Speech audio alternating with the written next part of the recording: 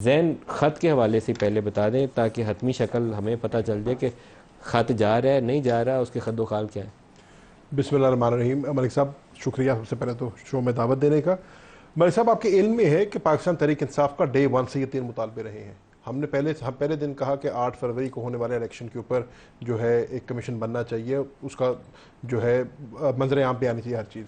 उसी के साथ साथ हमने कहा कि जी 9 मई का जो सानिया है उसके ऊपर भी एक इन्वेस्टिगेशन होनी चाहिए और जो लोग उसमें मुलविस हैं उनको कैफरे किरदार तक पहुंचना चाहिए और जो नहीं मुलविस हैं उनको बाइज्जत तरीके से बरी होना चाहिए, जैसे वज़ीर आज़म साहब ने अपनी पहली तकरीर में भी कहा था। तो इमरान खान साहब ने उसको रिएटरेट किया।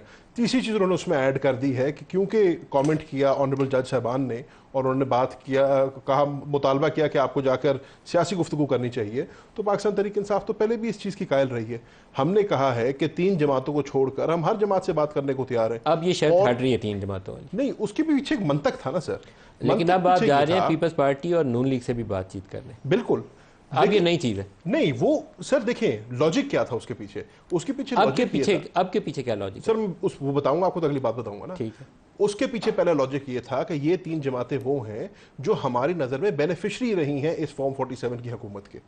अगर आप हमारे 8 फरवरी वाले इलेक्शन का ऊपर कमीशन बनाते हैं, उसकी फाइंडिंग्स हमें ला के देते हैं, तो वो बात तो ख़त्म हो जाएगी ना हमारी। तो फिर हम सबसे बात करने को तैयार हो जाएंगे। हम सियासी जमात हैं, हम लोगों से बात करने के कायल हैं, लेकिन हमारे मैंडेट पर जो डाका डला है उसमें हमारा कसूरी मौके पीपल्स पार्टी और नून लीग से बातचीत किस बिना के ऊपर आप एग्री किए?